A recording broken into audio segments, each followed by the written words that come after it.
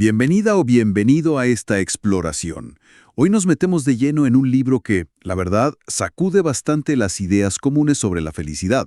Hablo de El sutil arte de que te importe un carajo de Mark Manson. Y ojo, no se trata de que nada te importe, para nada. Más bien de elegir conscientemente dónde pones tu energía. ¿Qué batallas sí valen la pena? La idea central es potente. Dice que abrazar lo negativo, el fracaso, el rechazo, incluso pensar en la muerte, es de hecho fundamental para construir una vida más sólida, más honesta. Así que hoy vamos a desmenuzar esto, a ver qué podemos sacar de estas ideas, que a veces son un poco, contraintuitivas. Ver cómo se conectan con nuestros valores, con cómo enfrentamos los problemas. ¿Listos? Venga, vamos a ello. El libro arranca fuerte, con la historia de Charles Bukowski. Un personaje, difícil. Alcohólico, jugador. Un mujeriego. Exacto. Pero un escritor con una fuerza tremenda. Y su epitafio era, no lo intentes. Curioso, ¿no? Manson lo usa para, darle un golpe a esta cultura nuestra que está obsesionada con la positividad a toda costa, con expectativas poco realistas. Claro, porque Bukowski, según Manson, no triunfó tratando de ser alguien que no era. Al contrario, aceptó su propio desastre, su lado oscuro, y desde ahí escribió. Y ahí es donde introduce un concepto que toma de Alan Watts, la ley inversa. Es interesante porque dice que desear mucho una experiencia positiva es en sí mismo una experiencia negativa. Suena contradictorio. Totalmente. Pero fíjate, es como si al perseguir la felicidad con tanta fuerza, lo único que logras es reforzar la idea de que te falta. En cambio, aceptar lo negativo, el dolor, la dificultad, eso, paradójicamente, puede ser una experiencia positiva, porque dejas de pelearte con lo que es. Entiendo. Como dejar de resistirse. Exacto. Y esto lo conecta con la historia clásica de Siddhartha, ¿no? El príncipe que se convierte en Buda. Se da cuenta de que el sufrimiento, la vejez, la enfermedad, la muerte, es parte de la vida. No algo que puedas evitar para siempre, ni siquiera siendo rico y poderoso. Y luego está el panda de la decepción. Me parece genial esa imagen. Sí, es como un superhéroe imaginario. Que viene a decirte las verdades incómodas que no quieres oír. Como por ejemplo, que el sufrimiento tiene una función biológica, que es la forma que tiene la naturaleza de decirnos, muévete. Justo. El dolor, sea físico o emocional, es una señal. Te dice que algo anda mal, te marca un límite, te impulsa a hacer algo al respecto. Entonces, ignorar los problemas o victimizarse no sirve de nada. Alivio momentáneo, un parche. Pero a la larga no resuelve nada. Las emociones son información, no son órdenes que debamos seguir ciegamente. Sentirse mal es, digamos, una llamada a la acción. Pero si nos obsesionamos con ser felices todo el tiempo, Caemos en lo que llaman la rueda hedónica. Te esfuerzas por conseguir algo que crees que te hará feliz, lo consigues, te sientes bien un ratito y enseguida vuelves a sentir que te falta algo. Necesitas el siguiente chute de felicidad. y aquí es donde Manson se pone, más directo. Plantea que la pregunta importante no es ¿qué quieres disfrutar? Sino, ¿Qué dolor estás dispuesto a sostener?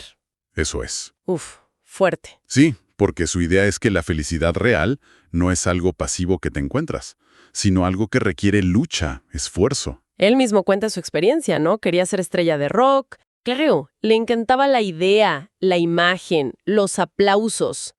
Pero odiaba el proceso real, las horas y horas de práctica, la logística, tocar en bares vacíos, cargar el equipo. No estaba dispuesto a amar esa lucha necesaria. Entonces no es solo fuerza de voluntad. No, no solo eso. Es encontrar las luchas que resuenan contigo, las que estás dispuesto a sobrellevar porque conectan con algo que valoras profundamente. Nuestras luchas, al final, son las que determinan nuestros éxitos. O sea que los problemas no son obstáculos para la felicidad. Son el camino. Resolviendo un problema, pasas a tener un problema, digamos, un poquito mejor, más alineado con lo que buscas. Es un proceso constante, una espiral ascendente, no un destino final donde ya no hay problemas y todo es felicidad. Ok, esto de aceptar el dolor en vez de buscar la felicidad constante, me lleva a otra idea potente del libro. Eso de que no somos especiales. Critica bastante el movimiento de la autoestima de los 70, ¿verdad? Sí, lo critica duramente. Esa idea de que todos teníamos que sentirnos geniales simplemente por existir, sin necesidad de logros concretos. Pone un ejemplo, un tal Jimmy. Ajá, Jimmy, un tipo que siempre estaba con ideas de negocios supuestamente brillantes, súper optimista, pero que en realidad no hacía nada. Vivía de los demás. Eso sí, con una confianza en sí mismo totalmente desmedida, delirante casi. Y Manson dice que esa cultura del sentirse bien porque sí, sin base, Generó lo que él llama entitlement, un sentido de merecimiento exagerado, como si tuviéramos derecho a ciertas cosas, felicidad, éxito, validación, sin haber hecho el esfuerzo o el trabajo necesario. y lo conecta con su propia vida. Cuenta que lo arrestaron de adolescente. Sí, por drogas. Y el divorcio de sus padres. Dice que eso le hizo sentirse como defectuoso. Y como compensación desarrolló ese mismo entitlement en sus relaciones. Sentía que los demás le debían algo por su sufrimiento pasado. Buscaba validación todo el tiempo.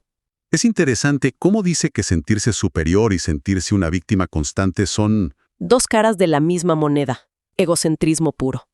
En ambos casos, estás poniendo el foco excesivamente en ti mismo y en cómo el mundo te afecta o te debe algo. Y aquí viene un punto que me parece clave. Dice que nuestros problemas casi nunca son únicos. Exacto. Millones de personas han pasado por divorcios, fracasos, pérdidas, cosas muy similares a las nuestras. Y darte cuenta de eso, aceptar que no eres tan especial ni en tu sufrimiento, ni ojo, tampoco en tus talentos. Eso, aunque suene raro, es el primer paso para poder empezar a resolver las cosas de verdad. Pero vivimos en una época que parece alimentar lo contrario, ¿no? Con las redes sociales. Totalmente. Internet nos inunda con lo extraordinario, lo mejor de lo mejor, lo peor de lo peor, las vidas más glamurosas, las tragedias más impactantes. Y claro, comparados con eso, ser normal, ser promedio, pues, parece un fracaso. La tiranía del excepcionalismo, lo llama. Justo. Y aquí viene otra de sus ideas que chocan un poco. Aceptar la propia mediocridad. Suena fatal dicho así. Bueno, él aclara. No se refiere a ser mediocre en el sentido de conformista o vago. Se refiere a aceptar que, en la gran mayoría de las cosas de la vida, somos bastante promedio. Y que eso está bien. Es liberador, de hecho. Te quita una presión brutal. ¿Y la gente que logra cosas grandes? A menudo, dice Manson, lo logran precisamente porque parten de la idea de que aún no son geniales. Y por eso se obsesionan con mejorar, con practicar, con aprender. Aceptar nuestra existencia más mundana, digamos, nos libera para centrarnos en lo que de verdad importa. Las cosas básicas, las relaciones, crear algo, ayudar, aprender, reírse. Vale, aceptar el dolor, no creernos tan especiales. Y ahora otra dosis de realidad. Estamos equivocados. Constantemente. ¿Cómo es eso? Pues sí, es una llamada fuerte a la humildad intelectual. Nos dice que nuestros cerebros son, en esencia, máquinas de crear significado. Buscan patrones, explicaciones, pero no necesariamente encuentran la verdad objetiva. Estamos llenos de sesgos, dice. Exacto. Nuestras memorias no son grabaciones fieles, son reconstrucciones que se adaptan a nuestras creencias y emociones del momento. Pon un ejemplo de un experimento. La gente creía haber descubierto patrones súper complejos para ganar puntos en un juego, y los puntos se daban al azar. Inventamos sentido donde no lo hay. Da un poco de miedo pensar así.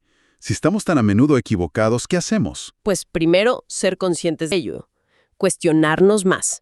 Manson advierte que la certeza absoluta, el estar convencidísimo de algo, puede ser muy peligroso. Menciona el caso de los falsos recuerdos de abuso. Sí, un fenómeno que ocurrió en los 80 y 90. Demuestra cómo nuestras creencias y las sugestiones externas pueden literalmente crear o modificar recuerdos. Por eso, en lugar del consejo típico de confía en tu instinto, el cacique sugiere desconfía un poquito más de ti mismo. Estar abierto a la posibilidad de estar equivocado. Esa es la clave, porque solo si admites que puedes estar equivocado, te abres al aprendizaje real, al crecimiento. La incertidumbre, aunque incómoda, es el motor del progreso. Y esta idea de cuestionar, de elegir, conecta con otra habilidad fundamental, según él, aprender a decir no. Totalmente. Cuenta su propia historia, ¿no? Se pasó años viajando por el mundo, buscando una especie de libertad absoluta, sin ataduras. ¿Y al final qué pasó? Pues que se sintió vacío. Descubrió que el significado profundo en la vida no viene de tener infinitas opciones abiertas, sino del compromiso, de elegir algo y apostar por ello. Y comprometerse, por definición, implica rechazar las alternativas, decir no a otras cosas. Pone el ejemplo de su viaje a Rusia, creo. Sí, donde le chocó, pero también le gustó la honestidad brutal de la gente, la comunicación sin tantos filtros. Lo contrasta con lo que él ve como una falsedad agradable muy típica de Occidente, donde a veces evitamos decir lo que pensamos para no incomodar. Entonces, rechazar es necesario. Es fundamental para mantener tus valores, para definir tu identidad. Si no rechazas nada, si le dices sí a todo para evitar conflictos o para gustar a todo el mundo, en el fondo no estás defendiendo nada importante para ti. Evitar el rechazo a toda costa es, según él, otra forma sutil de entitlement, como si tuvieras derecho a una vida sin fricciones ni desacuerdos. Y esto es súper importante en las relaciones. Vital. Describe esa dinámica tóxica del víctima y el salvador. Uno se queja y busca compasión o atención creando problemas. Y el otro se siente necesitado e importante resolviéndoselos. Exacto. Pero ambos están evitando asumir su propia responsabilidad. Usan al otro para obtener una especie de subidón emocional temporal, pero impiden una conexión auténtica y la resolución real de los problemas de fondo. ¿Y cuál es la alternativa sana? Una relación donde ambos miembros tengan la capacidad y la confianza para decir y escuchar no. Donde haya límites claros, donde cada uno se haga responsable de sus propias emociones y problemas, sin culpar al otro ni esperar que el otro lo solucione. El conflicto no es malo, entonces. No solo no es malo, es necesario. El conflicto honesto, bien manejado, es lo que te muestra quién está dispuesto a estar ahí de verdad, incluso cuando las cosas se ponen difíciles. Así se construye la confianza real. ¿Y si se rompe la confianza como en una infidelidad? Solo se puede reconstruir, dice Manson, si la persona que falló hace un trabajo muy profundo. Admitir que sus valores estaban equivocados, asumir toda la responsabilidad por el daño causado y demostrar con acciones a lo largo del tiempo que ha cambiado de verdad. Sin esa honestidad y esa capacidad de afrontar el no de la pareja herida, no hay reconstrucción posible. ¡Uf! ¡Qué intenso! Todo esto nos lleva a otro concepto que repite mucho: la responsabilidad. Insiste en que siempre somos responsables de nuestra experiencia, incluso si no somos culpables de lo que la provocó. ¿Cómo se come eso? Es una distinción crucial y a veces difícil de aceptar. Culpa se refiere al pasado. ¿Quién originó esto? ¿Quién tuvo la culpa? Responsabilidad se refiere al presente. ¿Cómo voy a responder yo a esta situación, ahora mismo? Dame un ejemplo. Piensa en la analogía de la maratón que usa. Correr 42 kilómetros puede ser un infierno si te obligan a hacerlo a punta de pistola. O puede ser uno de los momentos más gloriosos de tu vida si lo eliges tú, si te preparas y decides correrla. El evento externo es el mismo, los 42 kilómetros, pero tu experiencia interna es radicalmente diferente según si sientes que lo eliges o no. No elegimos muchísimas cosas que nos pasan. Una enfermedad genética, un accidente, que nos despidan, cómo actúan los demás. No somos culpables de eso. Exacto. Pero siempre, y esto es lo potente, elegimos cómo interpretar eso que nos pasa y qué vamos a hacer al respecto. Ahí reside nuestra responsabilidad. Cita a William James, el filósofo. Sí, que estaba en una depresión muy profunda y decidió hacer un experimento consigo mismo. Durante un año, actuaría como si fuera 100% responsable de todo lo que le pasaba. Y eso, cuenta James, lo sacó del pozo. También menciona a Malala Yousafzai. Un ejemplo increíble. Le dispararon por defender la educación de las niñas. Obviamente, ella no tuvo la culpa de eso. Pero eligió su respuesta. No callarse, sino redoblar su activismo con más fuerza todavía. O la gente con TOC que mencionas. No eligieron tener esa condición. Pero eligen cada día cómo vivir con ella. Qué estrategias usar, qué valores priorizar a pesar de la dificultad que le supone. Es como jugar al póker, dice Manson. No eliges las cartas que te tocan. Eso es azar, destino, llámalo como quieras. Pero sí eliges cómo juegas esas cartas. Esa es tu responsabilidad. Y asumir esa responsabilidad, aunque a veces duela o sea incómodo, es lo que nos devuelve el poder sobre nuestra vida interior. Dejamos de ser víctimas pasivas de las circunstancias. Y claro, si asumes responsabilidad, tienes que estar dispuesto a fracasar. Otro tema tabú. Totalmente. Pero Manson le da la vuelta. Dice que el fracaso no es lo opuesto al éxito, es parte del camino hacia el éxito. Que mejorar implica fallar. Claro, se basa en intentar algo, fallar, analizar por qué fallaste, aprender de eso, ajustar y volver a intentarlo. Él mismo cuenta sus primeros fracasos como emprendedor. La anécdota de Picasso y la servilleta. Esa es buenísima. Dibuja algo rápido, pide una fortuna. Le dicen, pero si solo le tomo un minuto. Y él responde, no, me tomó toda una vida. Esa maestría aparente se construye sobre miles y miles de pequeños fracasos, de horas de práctica, de intentos fallidos. Evitar el fracaso a toda costa es algo que aprendemos socialmente, pero nos paraliza, nos impide crecer.